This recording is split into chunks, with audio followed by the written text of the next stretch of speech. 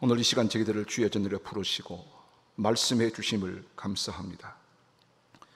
주님 주신 말씀이 계시기 이 자리에 불러주셨고, 주님 우리에게 명령하시는 사명이 있게 우리를 이 자리에 불러주신 줄로 믿습니다. 그 말씀 듣게 하시고 그 사명 깨닫고 이문 나설 수 있도록 하나님 은혜 베풀어 주옵소서. 하나님, 헌신하는 예배를 드립니다.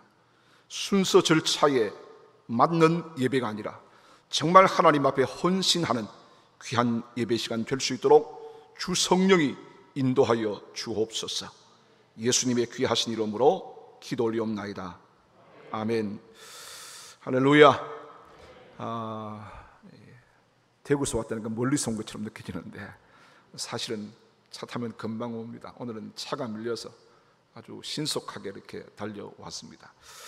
오늘 우리 경북도회 남전도 연합회가 몽골에 교회를 세우기 앞서서 하나님 앞에 헌신하는 예배를 드리고 또 성도들과 함께 기도 제목을 나누고 또 주신 귀한 사명을 함께 나누는 귀한 시간에 종이 서서 말씀을 전하게 되어 무척 감사하고 영광스럽습니다. 오늘 특별히 이 구미 강동교회 저는 두 번째입니다. 한 5, 6년 전에 한번 제가 온 것 같고 두 번째 와서 이 말씀을 함께 나누게 되는데, 오늘 제가 함께 나누고 싶은 말씀은 좀 우리가 잘 사는 인생이 어떤 인생인가.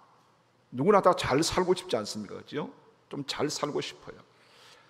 어느 날 제게 찾아온 성도 한 분이 이런 고백을 했습니다. 목사님, 제 남은 생애가 얼마 되지 않는데 제 남은 순간 일할지라도 정말 예수 한번 제대로 잘 믿다가 하나님 앞에 가고 싶습니다. 잘 한번 예수 믿다가 하나님 앞에 서고 싶습니다. 그런 고백을 하는 그 소리를 제가 듣고 여운이 가슴에 울림으로 오래도록 남았습니다. 그리고 오늘 제가 그 울림을 가지고 오늘 낮에 저희 교회에서 설교를 했습니다. 어떻게 사는 것이 잘 사는 것인가? 예수 이왕 한번 믿으려고 그러면 잘 한번 믿어보자. 어떻게 믿는 것이 예수 잘 믿는 것인가? 그런 말씀을 함께 나누었습니다. 이런 이야기가 있더라고요. 파리채를 들고 어슬렁거리는, 거실에서 자꾸 어슬렁거리는 그 남편을 향해 아내가 물었습니다. 당신 뭐합니까? 근데 지금 파리를 잡고 있다고. 파리는 잡기는 잡았습니까? 그랬더니 남편이 아주 의기양양하게 대답하기를, 내가 파리를 잡았지 수컷 3마리하고 암컷 2마리를 잡았다. 그러니까 아내가 깜짝 놀랍니다. 당신이 어떻게 그게 파리가 똑같은 파리인데 수컷인지 암컷인지 어떻게 아냐 그랬더니만은 남편이 이런 대답을 하더랍니다. 맥주캔 위에 3마리가 파리가 앉아있고 전화 수화기에 2마리가 앉아있는 걸 보니까는 맥주캔에 앉아있는 이 파리는 수컷이고 이 전화기에 앉아있는 이 파리는 암컷이라, 그렇게 내가 판단해서 당신에게 알려준다. 그런 대답을 했다는 거죠. 여러분, 이 파리라는 이놈도 제가 관심 있는 곳에 기웃거리고 관심 있는 곳에 그렇게 삶을 살아가는 것을 보게 되지 않습니까? 신앙생활하고 믿음생활을 하면서 어떻게 사는 것이 잘 사는 것인가에 대한 생각 없이 살아가면 신앙은 열심히 살았는데 남는 것은 아무도 없는, 손에 뭔가 잡히지 않는 그런 인생의 주인공이 되고 맙니다. 특별히 우리 한국 사람들 참 믿음 좋죠. 신앙생활 잘합니다. 열심히 신앙생활 합니다. 그런데 문제는 그 열심도 중요하지만은 올바름이 더 중요하지 않겠어요? 그런 말이 있죠. 속도보다 방향이 중요하다는 거죠. 우리는 한동안 속도전에 굉장히 미쳐 산 때가 있었습니다. 속도, 빠름. 그럼 지금 인터넷 속도가 얼마나 빠릅니까? 세계적으로 굉장히 대한민국을 따라올 수 없을 만큼 굉장히 속도가 빠르죠. 여러분, 부팅하고 불과 몇 초입니다. 길어봐야 1분. 그걸 못 기다려서 자꾸 더 빠른 속도로 바꾸려고 하는데 사실은 중요한 것은 방향입니다. 방향. 속도가 아무리 좋아도 방향 설정이 잘못되어 있으면 그 속도만큼 힘들어지고 그 속도의 만큼 우리가 굉장히 어려운 인생으로 처할 수밖에 없다는 거죠. 어떻게 사는 것이 행복하고 멋있고 아름답고 하나님이 한눈밖에 주시지 않는 이 정말 짧은 인생을 잘 사는 것일까? 사도 베드로가 우리에게 이렇게 권면한 적이 있습니다. 너희가 믿음에 있는가? 너희 자신을 시험하고 너희 자신을 확정해라. 그렇지 않으면 너희가 버리운 자리라. 저는 그 말씀을 굉장히 곱씹어 봅니다. 내가 정말 믿음 생활 열심히 잘했다면 그 열심만 가지고 과연 하나님 앞에 칭찬받을 수 있겠는가? 우리 남자들 회원 여러분만 아니라 우리 모든 강동교회 성도 여러분, 열심을 내십시다. 그러나 열심보다 더 중요한 것이 바르게 믿는 겁니다. 바르게 믿는 것. 저는 행복한 인생, 잘 사는 인생 어떻게? 라는 그 질문 앞에 이런 대답을 얻었습니다. 내게 주신 사명을 깨닫고 그 사명대로 사는 인생, 가장 행복한 인생이다. 가장 멋있는 인생이다. 그리고 인생 다 끝난 그 즈음에 후회롭다고 한탄하지 않고 하나님 앞에 감사할 수 있는 인생은 어떤 인생인가? 사명대로 사는 인생. 그 대표가 여러분 누굽니까? 믿음의 대선배 사도 바울 아니겠습니까?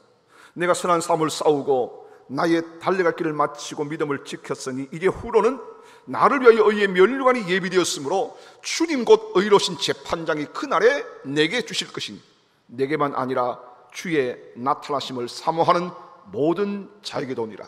이 말씀은 저는 평생토록 잊을 수 없습니다. 왜냐하면 제 믿음의 어른 되시는 서문교회 원로 목사님 고 이승은 목사님 밑에 제가 자랐습니다. 어릴 때부터 저는 3대째 서문교에서 출석했고 서문교에서 교육자 생활을 하다가 제가 그때 신학교 갔고 그리고 지금 목회를 하고 있기 때문에 저는 이승은 목사님 말씀을 지금도 한마디 한마디 그 주옥 같은 말씀을 계속적으로 묵상하며 그 원로 목사님이 가장 좋아하는 말씀이 바로 이 디모데후서 4장 6절로 8절입니다. 제가 이 설교 본문을 거의 다 외웁니다. 거의 다 외웁니다. 그만큼 제가 존경하고 사랑하고 좋아했던 목사님인데 그분이 주신 말씀 중에 하나가 바로 이 말씀이에요. 사명 따라 사는 인생, 가장 행복하고 가장 멋있고. 여러분 보십시오. 바울이 그 죽음을 목전에 두고서 나는 후회롭지 않습니다. 나는 감격스럽습니다. 나는 자랑스럽습니다. 나는 하나님 앞에서 멋진 면류관을 받을 그것 때문에 내가 정말 즐겁습니다. 그렇게 고백하고 있지 않습니까? 여러분 사명이 뭔가? 사명이 뭐예요 여러분? 사명. 제가 우리 교원들에게 사명이 뭡니까? 물었더니 어떤 분이 아주 짓궂게 이런 대답을 하시더라고요. 목사님 사명은요 5명에서 1명 빼면 사명입니다. 그렇죠. 5명에서 3명 빼면 사명은 맞습니다. 그러나 그게 정답은 아니죠. 여러분 사명이라는 말을 저는 곰곰이 되씹어 보면서 이렇게 정리를 해봅니다. 이 지구촌에 70억이 넘는 많은 사람이 살고 있어요. 그 수많은 사람들 있지만 이 일은 아무개 내가 꼭 해줘야 되겠다. 이 일만큼은 다른 사람이 아닌 너가 해주면 좋겠다라고 하나님에게 맡겨주신 그 일, 그게 사명 아닐까? 여러분 어떻게 생각하십니까? 다른 사람은 몰라도 이 일만큼은 너가 해주면 좋겠다라고 하나님께서 내게 부탁하신, 내게 명령하신 그게 바로 사명 아닐까요? 오늘 내가 살아있는 이유입니다. 오늘 내가 존재하는 이유이겠지요? 그분이 나를 부르신 목적이 그 속에 숨겨져 있는 그게 사명이죠. 스위스의 사상가고 법률가라고 알려진 칼 힐티라는 사람을 아마 여러분 제법 많이 들어보셨을 거예요. 이 칼 힐티라는 사람이 이렇게 말한 적이 있어요. 사명받은 날은 내가 태어난 날보다 중요하다. 여러분 태어난 생일이 얼마나 중요해요. 그래서 매일 여러분 1년에 한 번씩 아무리 힘들고 어려도 그날만큼은 여러분 하얀 살밥에 고기를 총총 썰은 미역국을 먹지 않습니까? 귀하기 때문에 먹는 거예요. 기념해 주는 거예요. 그런데 여러분 그날보다 더 중요한 날이 언제인가? 내가 사명받은 그날, 사명받은 그날. 우리 많이 부르는 찬양 중에 주의 말씀 받은 그날 참 기쁘고 복되도다. 이 기쁜 마음 못 이겨서 온 세상에 전하노라. 그 찬양의 내용처럼 말입니다. 사명을 이렇게 한번 정리해 볼 수 있겠어요. 사명이 뭔가? 사명은 하나님이 주신 겁니다. 그게 뭐든지 간에 하나님이 주신 겁니다. 두 번째, 그것만 하면 아무리 힘들고 아무리 고달픈 환경이 주어져도 즐겁습니다. 그것만 생각하면 즐겁습니다. 그것 때문에 삽니다. 어느 것과도 바꿀 수 없는 그것만 있으면 나는 만족하다, 내 사는 삶의 보람과 가치가 그것 때문이다라고 말할 수 있는 게 사명입니다. 심지어는요, 그 사명 때문에, 그것 때문에 죽을 수 있는 게 사명입니다. 그리고 하나님 앞에 섰을 때 자랑할 수 있는 그것, 남들은 하찮게 볼 수 있습니다. 남들은 그것 때문에 죽을 수 있겠느냐, 그것 때문에 인생 다 허비할 수 있겠느냐라고 핀잔할지 모르지만, 그것 때문에 기뻐하고 그것 때문에 감사하고 하나님 앞에 가서 하나님 앞에 자랑할 수 있는 그것이 바로 우리에게 주신 하나님의 미션, 하나님의 사명 아니겠습니까? 아마 여러분 이 사람을 굉장히 많이 만나 예화로 많이 들었을 거예요. 미국 경제 잡지 포브스라고 하는 그 잡지에서 가장 영향력 있는 백인 중에 한 사람으로 이미 오래전에 선정되었던 아주 뚱뚱한 흑인 아줌마 오프라 윈프리라고 하는 사람을 여러분 잘 아실 거예요. 이 오프라 윈프리라는 사람은 자신의 삶의 롤 모델이 누구인가라는 질문 앞에서 내 삶의 롤 모델은 모세다, 그렇게 고백한 적이 있어요. 모세다. 그러면서 그는 이런 말을 했습니다. 과거가 미래를 결정짓는 결정적인 요소가 될 수 없습니다. 왜냐하면 그의 과거가 굉장히 불우했거든요. 과거가 내 인생의 미래를 결정짓는 요소가 되면 안 됩니다 라고 하는 유명한 말을 했던 사람이 이 오프라 윈프리인데, 그는 가난함도 부유함도 꿈도 근심도 자신에게 부닥치는 모든 것을 사명으로 받아들였고, 이 사명 수행하는 과정 속에 오늘 오프라 윈프리가 자리하고 있다라고 하는 고백을 했습니다.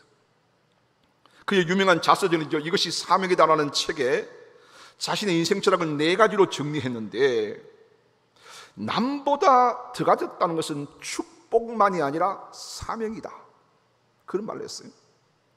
남보다 아파하는 것이 있다면 고통만이 아니라 사명이다. 남보다 설레는 꿈이 있다면 그것은 망상만이 아니라 사명이다. 남보다 부담되는 것이 있다면 그것은 짐이 아니라 사명이다 라고 하는 아주 뜻깊은 말을 남겼습니다. 여러분, 아무리 길게 살고 아무리 떵떵거리는 집안에서 호식으로 산달지라도 일반 사람이 보면 잘 산 것 같고 행복한 것 같고 멋있는 인생인 것처럼 느껴지지만은, 사명을 놓치고 살았다면 그 인생 잘 못 산 인생이죠. 헛산 인생이라 그렇게 규정해도 지나친 말은 아닐 겁니다. 오늘 이 부분을 좀 묵상해 보면, 하나님이 주신 사명을 버리고 도망쳤던 여러분 유명한 요나 이야기가 오늘 본문에 나오지 않습니까? 여러분, 이 요나서를 이야기하다 보면 항상 목사님, 요나가 누굽니까? 라고 질문을 해요. 여러분, 요나가 누구예요? 요나는 바로 요나입니다. 요나, 딴 사람 아닙니다. 여러분, 세상에서 제일 예쁜 사람을 한 글자로 줄이면 뭘까요? 나입니다. 나. 세상에서 제일 예쁜 사람을 한 글자로 줄이면 나. 2글자로 줄이면 또 나. 3글자로 줄이면 역시 나. 4글자로 줄이면 그래도 나. 마지막 5글자로 줄이면 다시 봐도 나. 이게 우리 인생 같아요. 요나서를 보면서 뭔 아득한 시대의 사람 이야기가 아니라 오늘 21세기를 살아가는 나를 바라보는 것이 요나서를 보면서 우리가 받아야 할 중요한 교훈 중에 하나가 아니겠습니까? 여러분, 요나서는 온 세상을 향하신 하나님의 사랑과 관심을 너무너무 잘 기록해주고 있어요. 온 세상을 향하신 하나님의 사랑과 관심.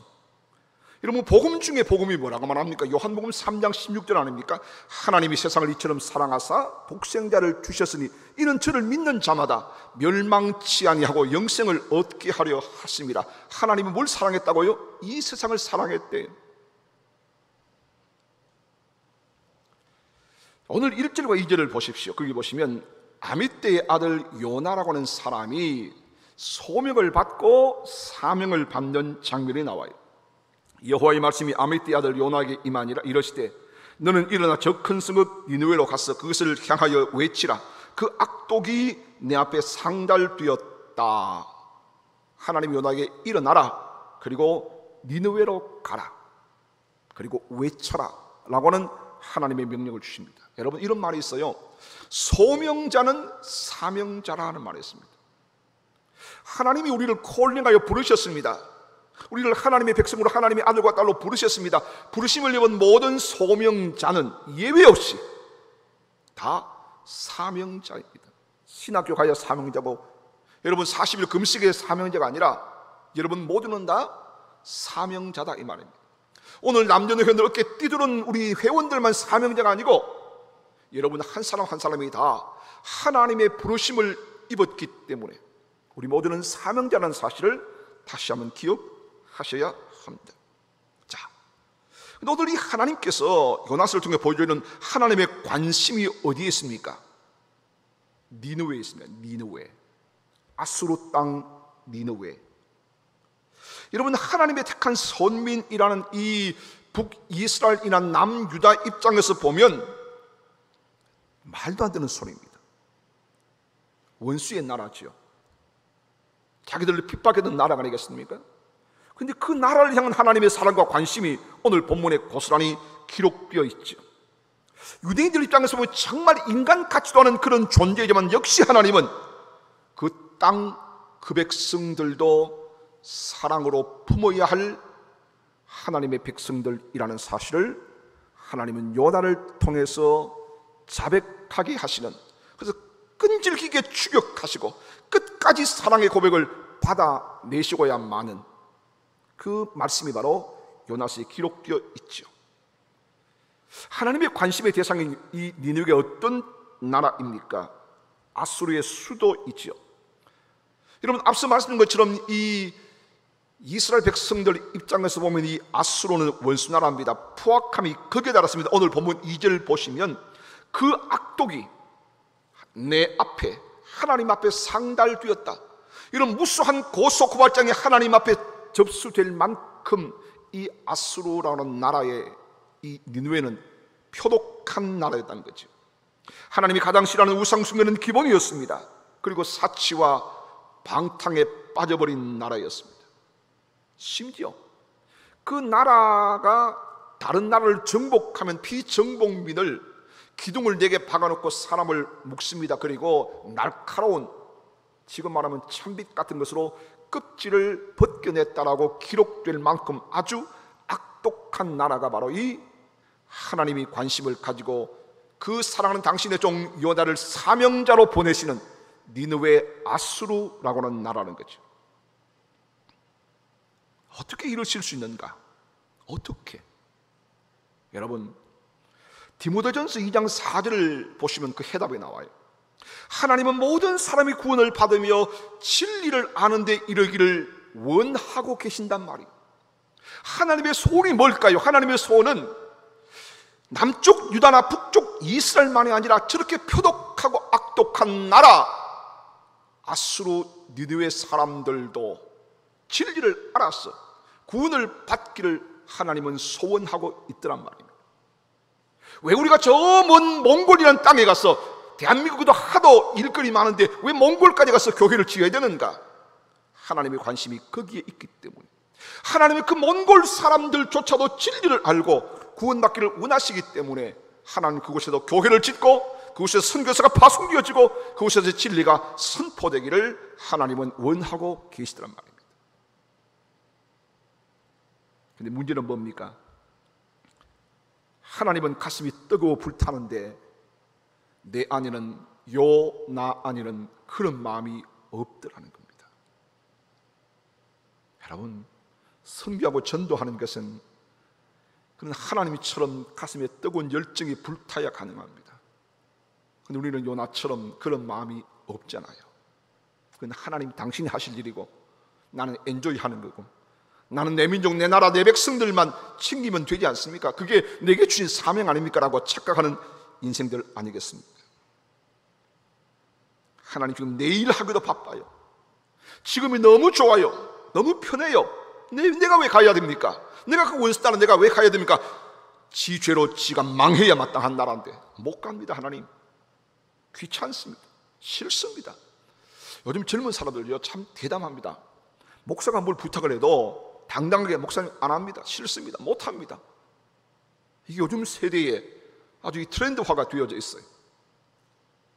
여러분, 하나님은 오늘 우리가 지금처럼 이렇게 물끄러미 남의 일 보듯이 관망하는 것을 원하고 있지 않습니다.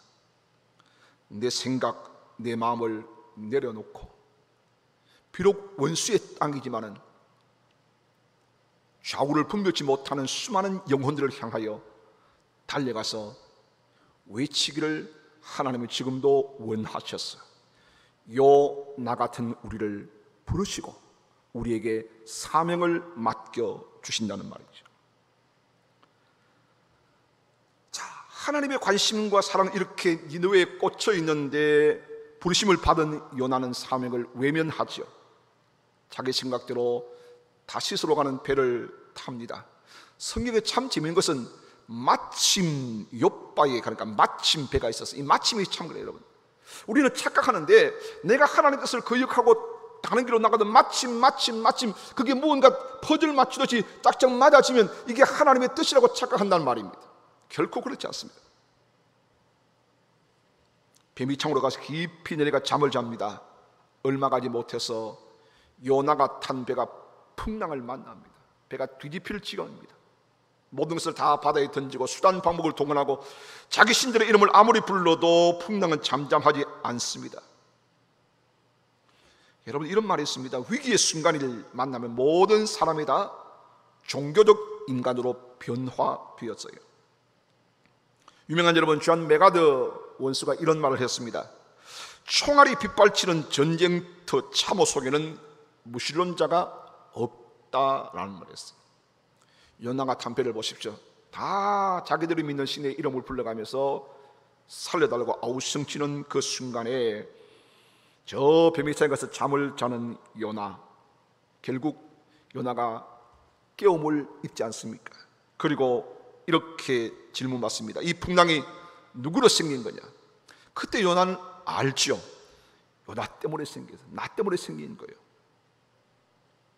솔직하게 고백을 하죠. 자, 그런데 여러분 참 재미있는 것은 하나님의 사명을 망각하고 지금 막 도망치는 요나에게 풍랑이 찾아왔고 그 상황 속에서 요나가 자신을 고백하는 고백이 너무너무 우스꽝스럽습니다. 9절과 10절을 보세요.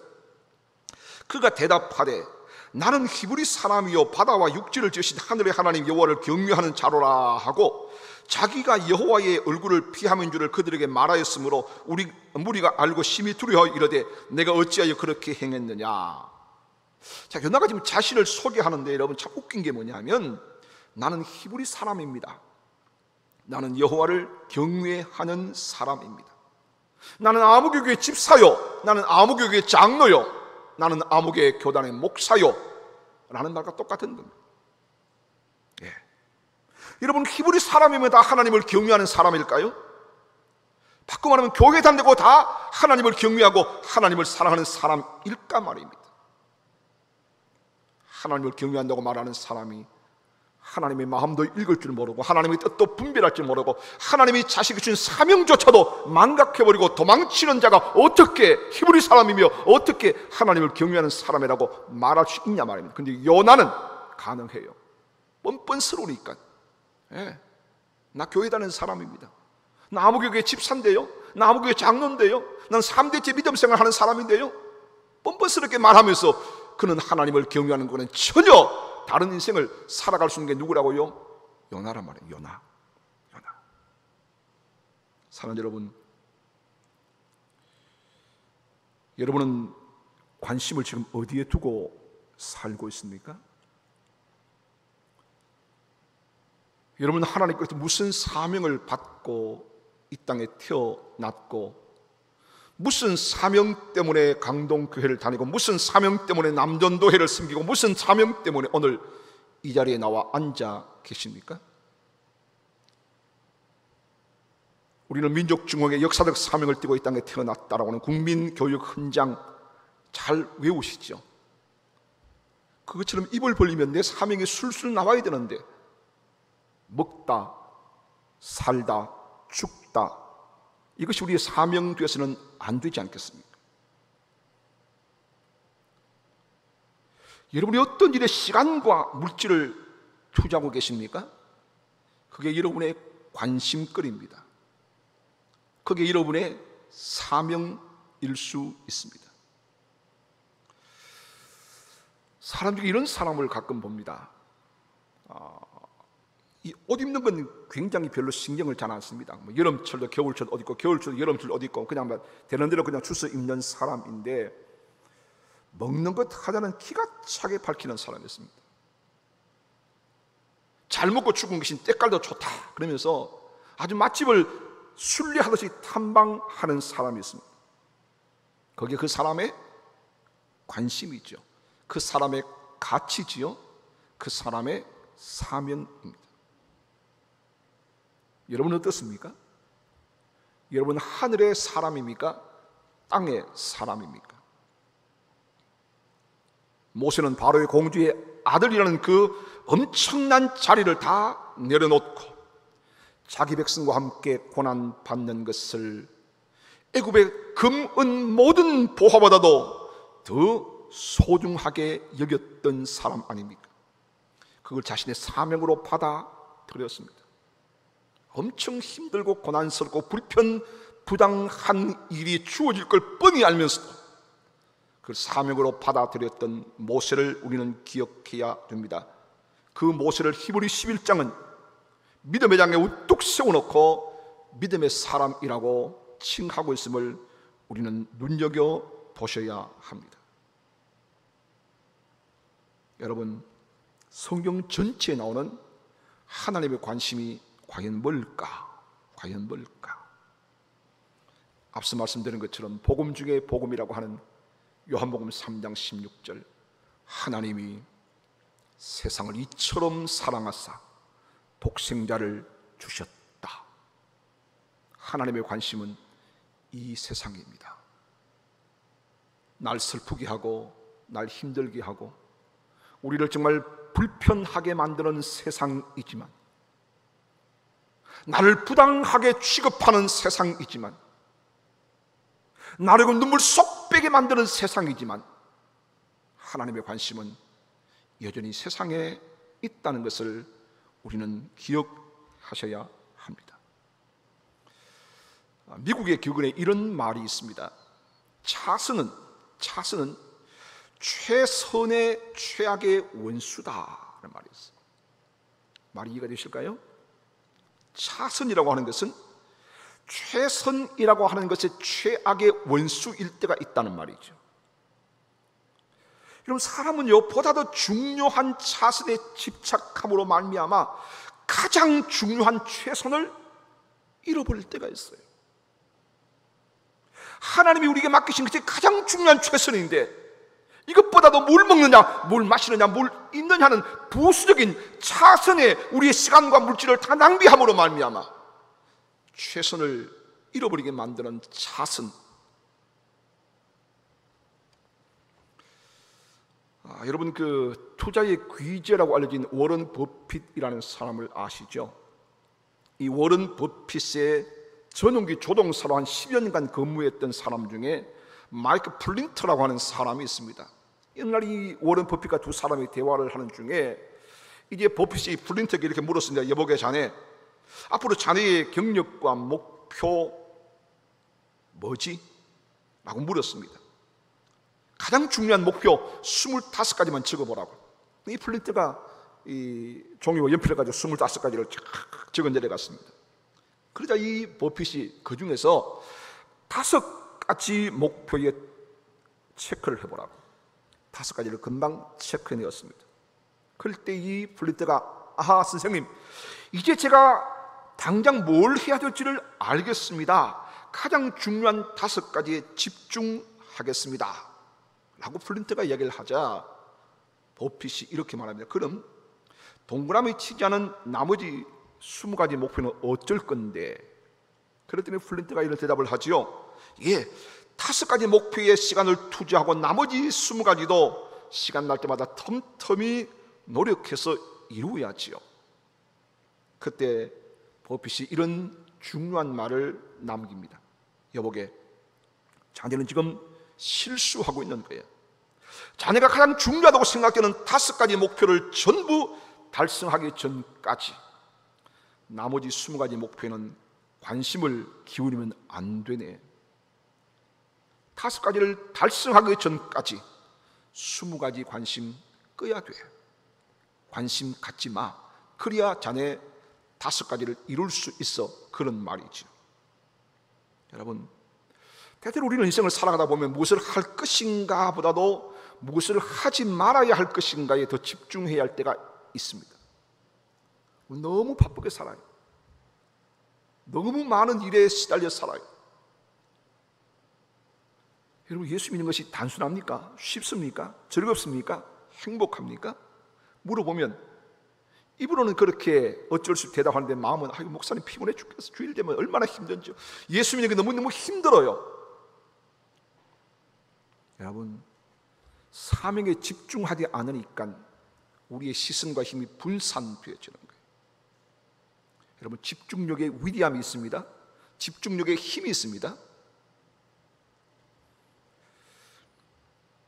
빌 하이벨스 목사님이 그의 책 인생 경영이라는 책에 이런 이야기를 한 적이 있습니다. 믿는 자의 우선순위, 그러면서 어떤 사람은 온갖 부류의 사람들, 활동들, 업적들, 책임 따위에 자신을 아낌없이 후하게 내어줍니다.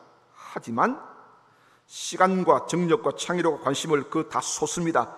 하지만 하나님과의 관계는 여전히 딴천인 채, 하나님과의 관계는 여전히 딴전인 채 더 큰 곡간을 짓는 일에 시간과 정력을 쏟아붓고 있는 것은 아닌지요. 무슨 말이지요? 사명을 깨닫지 못하니까 사명 안에 엉뚱한 곳에 시간과 정력과 물질을 다 소비하는 거예요. 하나님과의 관계, 이게 중요한 것 아닙니까? 이게 최상의 가치여야 하는데 이 하나님과의 관계는 소홀히 하고 엉뚱한 곳에 시간을 낭비하는 우리의 모습들을 지적하고 있는 거죠.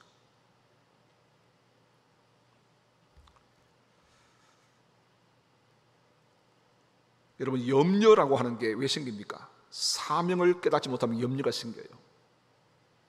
염려라는 말은 관심 두지 않아도 될 일에 관심을 지나치게 두게 되면 그 일이 이루어지지 않을 때나 혹은 기대에 못 미칠 때 나타나는 반응이 염려입니다. 염려라는 단어의 의미는 마음이 허틀어지고 마음이 나누어지는 것. 영어의 worry라고 하는 이 염려라는 이 원래 뜻은 질식시키다라는 뜻이 있어요. 염려가 우리의 삶을 질식시켜버려요. 왜?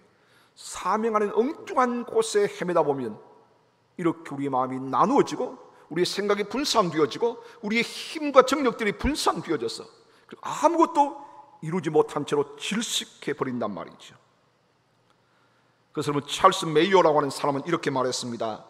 염려는 순환기, 심장, 호르몬 체계, 신경체계 등에 큰 악영향을 미칩니다. 나는 지금까지 일을 많이 하다 죽은 사람은 단 한 사람도 만나보지 못했지만 염려 때문에 죽은 사람은 많이 알고 있습니다. 그런 고백을 했어요. 여러분, 모든 염려는 하나님 없이 머리를 굴리는 것에서 생긴다. 오스왈드 챔버스라는 사람이 그렇게 말했어요. 하나님 없이 잔머리 굴리면 염려가 끊임없이 생겨나요.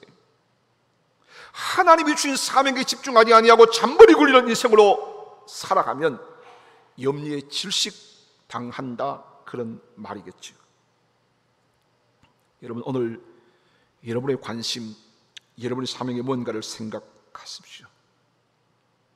하나님의 관심과 내 관심이 일치되어지고 있습니까?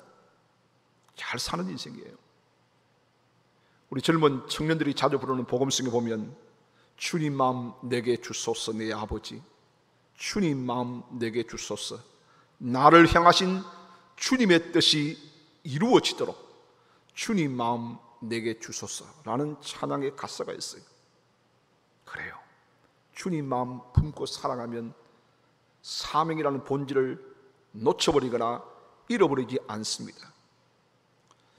사명을 피해 도망치던 요나는 결국 풍랑을 만나죠. 여러분, 요나만이 아니라 오늘 어떤 누구도요, 어떤 교회라도 사명을 망각하면 풍랑 만납니다. 시계를 잘못 타서 풍랑 만나는 게 아닙니다. 여러분, 정치인들이 정치를 잘못하고 경제가 뒤죽박죽되어서 풍랑 만나는 게 아닙니다. 내가 사명을 놓쳐버리거나 사명을 망각하면 내 인생이라는 배는 여지없이 풍랑을 만납니다. 교회가 하나님의 사명을 망각하면 여지없이 풍랑이 교회를 들이닥친다, 그 말이에요.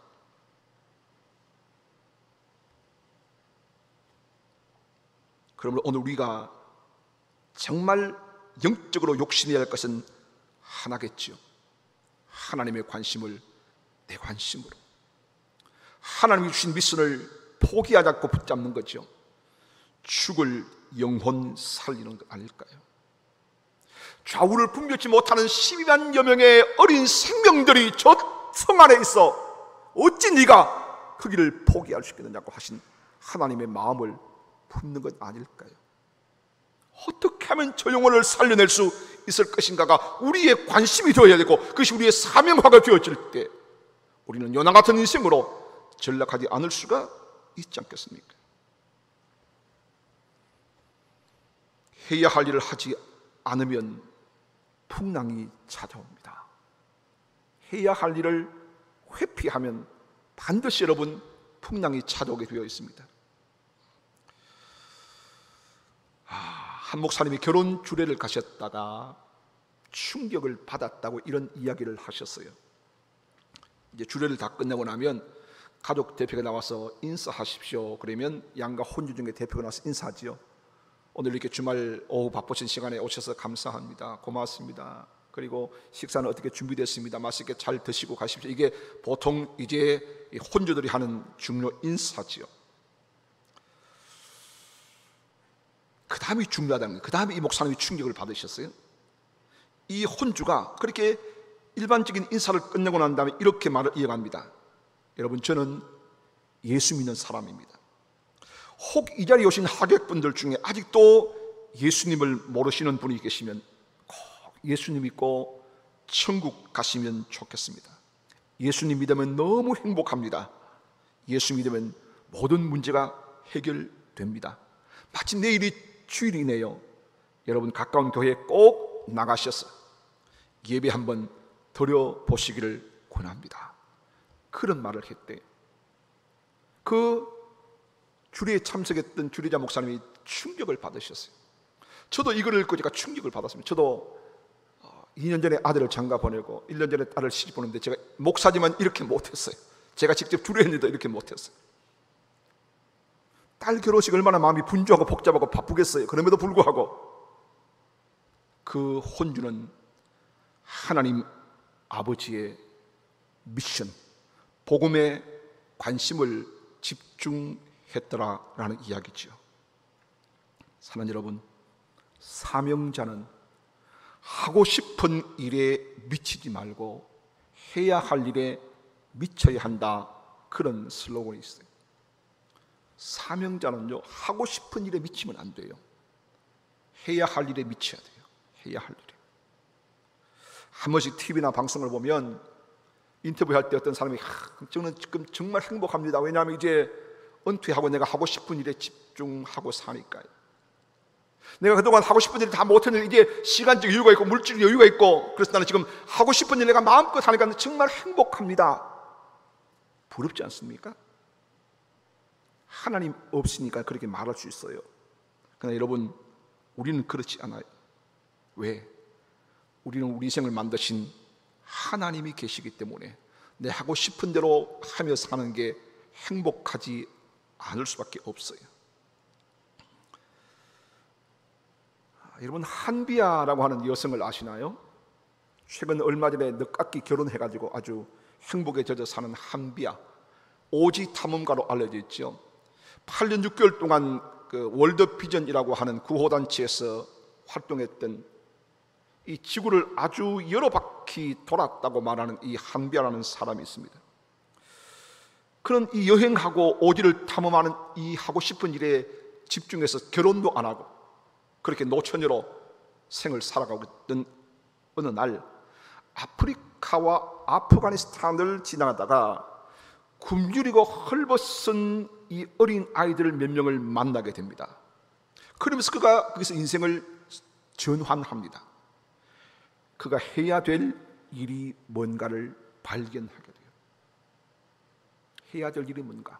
지금은 이제 하고 싶은 대로 세계를 떠돌아다니며 인생을 살았는데, 그 헐벗고 굶주린 그 아이들의 눈망울을 쳐다보면서 하나님의 음성을 듣게 되는 거죠. 해야 할 일이 이거구나, 이거구나. 그는 8년 6개월 동안 오지를 다니면서 아이들을 돌보고 선교하고 그렇게 구호하고 인생을 바치고 살았어요. 그는 이런 고백을 했습니다. 지금 이렇게 사는 삶이 너무 행복합니다. 너무 행복합니다.